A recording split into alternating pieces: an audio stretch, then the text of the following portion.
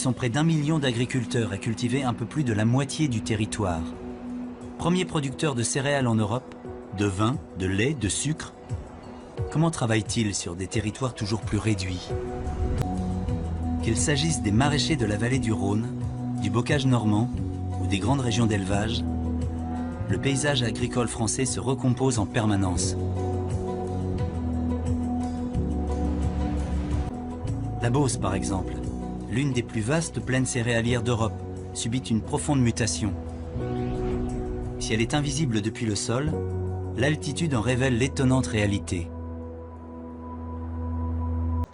Marc Benoît, chercheur à l'Institut national de recherche agronomique, étudie la situation.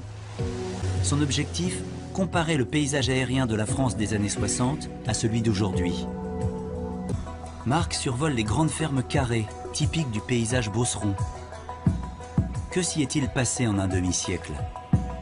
Comparons ce qu'on y voit aujourd'hui avec des photos de 1960 des mêmes endroits.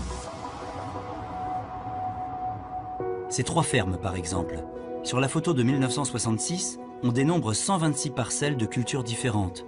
La photo satellite d'aujourd'hui n'en révèle que 50. Ce remembrement de parcelles résulte d'une double évolution. Uniformisation des cultures et réduction du nombre d'agriculteurs de l'autre.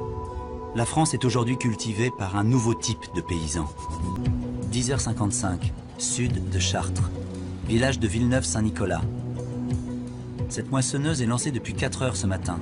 Aux manettes, Yves Gauthier, ingénieur agricole, 4e de sa génération sur l'exploitation familiale. En 2001, il emprunte aux banques pour moderniser la ferme de ses parents.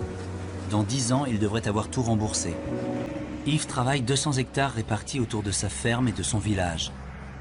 200 hectares, ça représente 3 semaines de travail non-stop pour tout récolter. 3 tonnes de pois secs, 8 à 9 tonnes de blé, 12 tonnes de moisson en tout.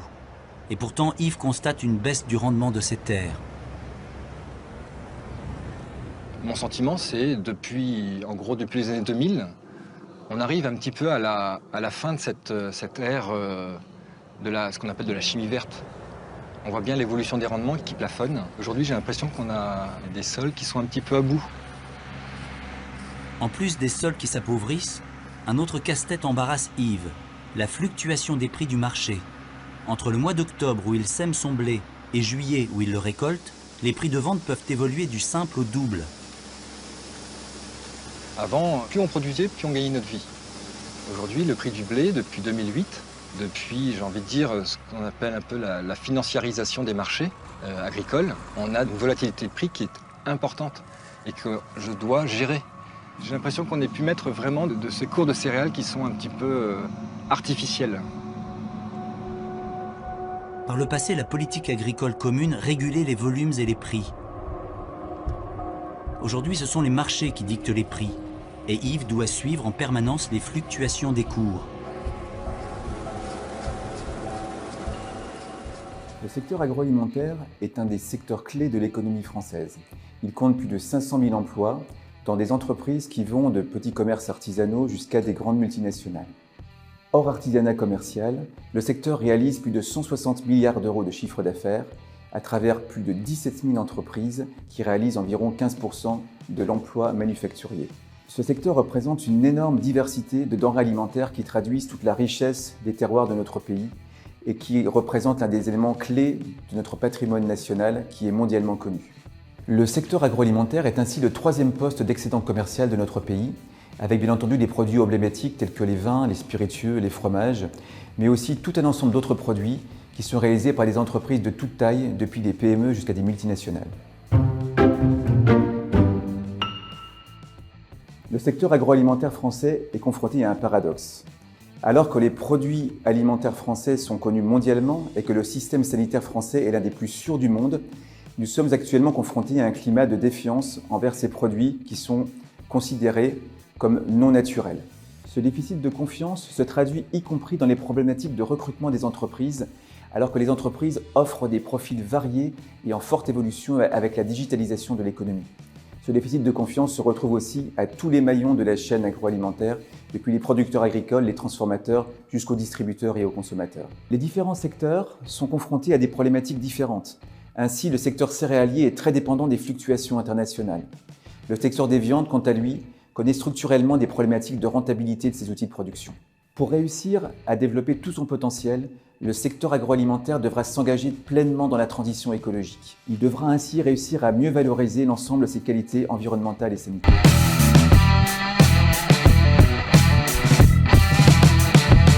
Alors, le secteur industriel, c'est un pilier économique majeur pour la France, puisqu'il représente aujourd'hui 42 000 entreprises. Et surtout, ce qui est important pour nous aujourd'hui dans cette semaine de l'industrie, 100 000 recrutements par an. Et pour vous donner un chiffre qui représente l'importance de l'industrie en France, cela représente plus de 80% des exportations françaises à l'étranger. Et on a de la concurrence très forte, c'est normal, on est dans un monde, un espace européen et un espace mondialisé. On a de la concurrence en Allemagne mais en Italie. Mais nous avons des atouts en France. Nous avons de la créativité, du savoir-faire et nous savons innover. Nous sommes une nation d'ingénieurs. Et donc notre enjeu aujourd'hui, c'est que nous parions vraiment sur nos collaborateurs. Nous sommes conscients que c'est la véritable richesse de nos entreprises. Entre 1973, premier choc pétrolier, et 2017, la part de l'industrie dans le PIB national n'a cessé de baisser. Environ moins 15% de points de PIB en 40 ans. Et les destructions d'emplois industriels ont également été massives. Plus de 2 millions d'emplois ont été détruits. Ce décrochage était pour certains inéluctable, voire jugé normal par les promoteurs de l'entreprise sans usine. Depuis 2017, l'industrie française va mieux. Fini l'hémorragie des délocalisations, fini les fermetures massives des sites industriels. L'industrie crée maintenant plus d'emplois qu'elle n'en détruit, y compris dans des secteurs très sinistrés comme le textile. Et alors ?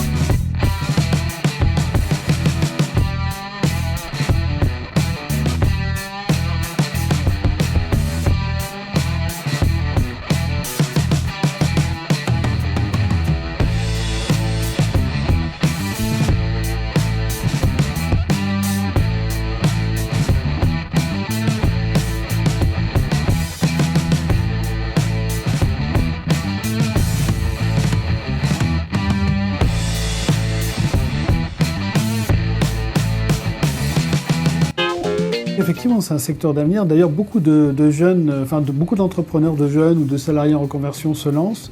Pourquoi ? Parce que d'abord, il n'y a pas besoin de beaucoup de capital pour créer sa société, sa personne. Et c'est un secteur qui a été parfaitement identifié comme un secteur en croissance. C'est un secteur aussi qui attire les nouvelles technologies, les plateformes, tous les métiers du numérique. C'est un secteur sur lequel on peut se développer très vite, puisque lorsqu'un client est satisfait, il reste des années. Et naturellement, les prescripteurs, en fait, nous ramènent de nouveaux clients.